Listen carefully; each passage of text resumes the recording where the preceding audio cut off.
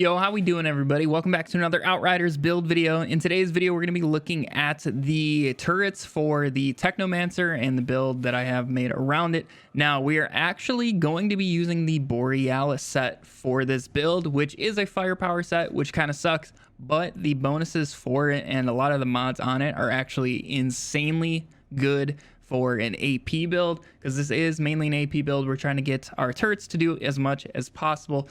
But otherwise, I have found when I have been making like AP Techno stuff, I've basically just given up on trying to boost my anomaly power super high.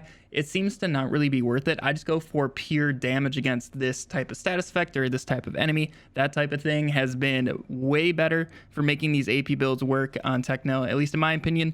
So I'm just going to be giving you guys my take on this turret setup, and hopefully you guys enjoy. Otherwise, before we jump in, like always, if you guys want to come over to stream, watch us make these builds, hopefully I'll see you guys over there. We stream almost every single day. But otherwise, let's go ahead and jump into this build video. So starting off looking at our skills, we're going to be using both turrets, both blighted and cryo. Blighted isn't going to do a ton of damage, but it's going to apply toxic for us. Also trigger some anomaly boosts, because we will be getting some anomaly out of our skill tree, which is nice. And then otherwise, our main source of damage will be cryo turret. And cold snap is actually a big part of our mob clear, because we're going to be using icicle storm with this setup. And this is going to be freezing literally everybody. So you're going to have Borealis on everybody. But the cryo turrets do pretty darn decent job at applying the freeze status effect. So as long as you guys see the little snowflake by the enemy's health bar, you guys will get the Borealis bonus on them, which is fantastic. Now, taking a look at the skill tree, we're going to be doing mostly middle tree, but we're going to start down here at the bottom to get some anomaly, some resistance piercing. Also, our blighted turret, we're going to get that 30% anomaly boost for 10 seconds after we throw our blighted turret, and the cooldowns, I believe, like 7 seconds. So you guys can always have this up. Just make sure you're always reapplying the blighted turret. Otherwise, we're just going to move on. We're going to get the freeze inflicts vulnerable. Obviously, with cold snap and the turrets, we're going to be getting a ton of vulnerable on basically everybody. Otherwise, they're going to be grabbing the capstone and then also the 2 fracture nodes, because everything is going to have that freeze status effect on it, which is really nice. Otherwise, for our weapons with this build, it's what I use on essentially every single AP setup in the game. That's a Roaring Umbra with Kinetic Stomp and Fortress, and then an Anemoy with Moaning Winds and Radiation Splash. I don't really care about my secondary at all. I'd never use this. I basically just keep the Umbra out to proc Fortress, and then also Kinetic Stomp for killing some single targets, and then swapping to Moaning Winds Radiation Splash on some of the elites that I need to burst down quickly. Otherwise, like I said at the start of the video, we are going to be using the Borealis set for this build. This is going to help our damage immensely, because that 90% bonus is going to apply to our turrets and everything we do, which is way more beneficial than any sort of like anomaly power bonus we can get on people. So this is huge. As long as you guys are letting your cryo turret shoot people, your cold snap, or if you melee people, you're going to inflict that freeze and get that bonus damage on them, which is huge. So that's why the Borealis set, in my opinion, is best in slot here. Otherwise, looking at the mods that we're using, on the helmet, I keep twins and then put on hail shot. So our turret damage is going to scale off status power. Every single piece is going to have status power, which is really nice, at least out of the Borealis set. And then the chest piece, I run Icicle Storm. This, in a lot of scenarios, actually ends up being one of my top damage sources, if not the top. That kind of depends on the expedition, but this is huge for mob clear. You guys probably know all about Icicle Storm, but it is amazing. And then we're going to be running Captain Hunter.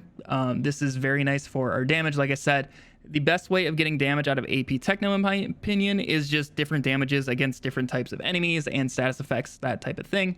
And then moving on to the pants, Shatter, and then we're going to be keeping Freezing Boost on there. Moving down to my gloves, these are not perfect. I want to replace Close Range for cooldown at some point, but I could not find those gloves for the time being. Otherwise, Anomaly Power, Status Power, and Cooldown is going to be your best in slot passives. And then our mods on the gloves are Cold Snap Radius. This covers basically the entire area that you are in. So when you proc Cold Snap, you're going to be hitting literally everything, and it's really nice for your Icicle Storms. Otherwise, Euthanizer, another bonus damage against a certain type of target. And then on our boots, I'm running the bonus duration on cryo turret. I'm not really sure if this is necessary. I would like to trade this out for something else that's going to help our damage even further, but this is perfectly fine for the time being. And then finally, I like to throw Ice Ice Baby on there, because this is actually really, really good skill. Like I said, everything on the part of the map that you're in is going to be hit by your cold snaps when you use it.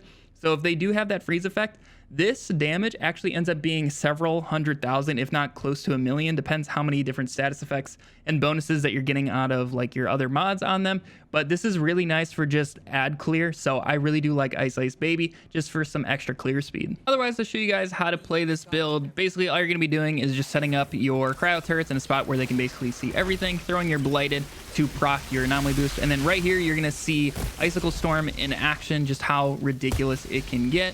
Also, as you guys can see, everything stays frozen for so long, and even your guns start doing a pretty decent amount of damage. This is an LMG, and we're doing like 26,000 per crit right there, which actually really is not that bad in terms of your LMGs. Otherwise, on this target, you're gonna see basically how hard you can hit with like moaning winds and stuff on enemies like this. So I'm gonna wait for Toxic to be applied there, and the enemy is basically dead after one moaning winds. That and a connect stomp is done on the elite. So when you guys need to burst something down, your weapon mods can do so much. Otherwise, your turrets and your cold snaps will handle all of the different mobs. You guys will have basically zero issue running through any piece of content in this game. Now, if you guys do end up dying with this build, it's basically gonna be when your turrets aren't hitting anything. So as you guys can see, they are pretty slow at changing targets, or if the target is moving, they definitely start struggling with actually hitting it. That's something I really want to see People Can Fly change. The AI on these things is just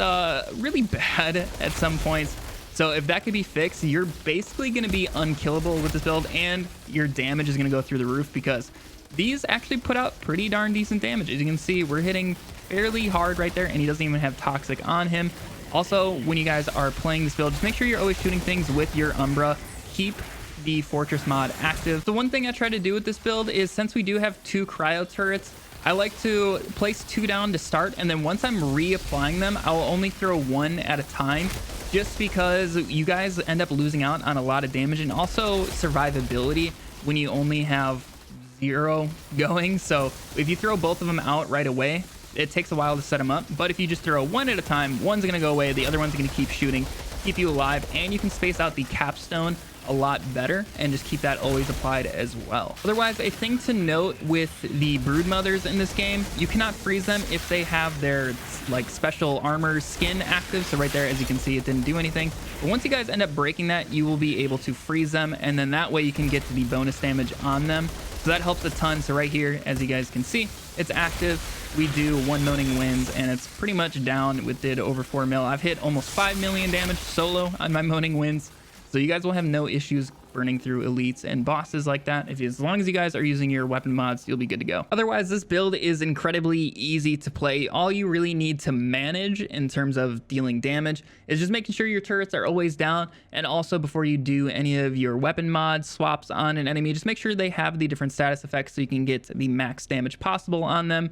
And then otherwise, you're going to be very, very tanky. You're going to have no issue doing any expedition solo. And overall, I just think this build is really cool, as it's an AP build using technically a firepower armor set, which is really nice.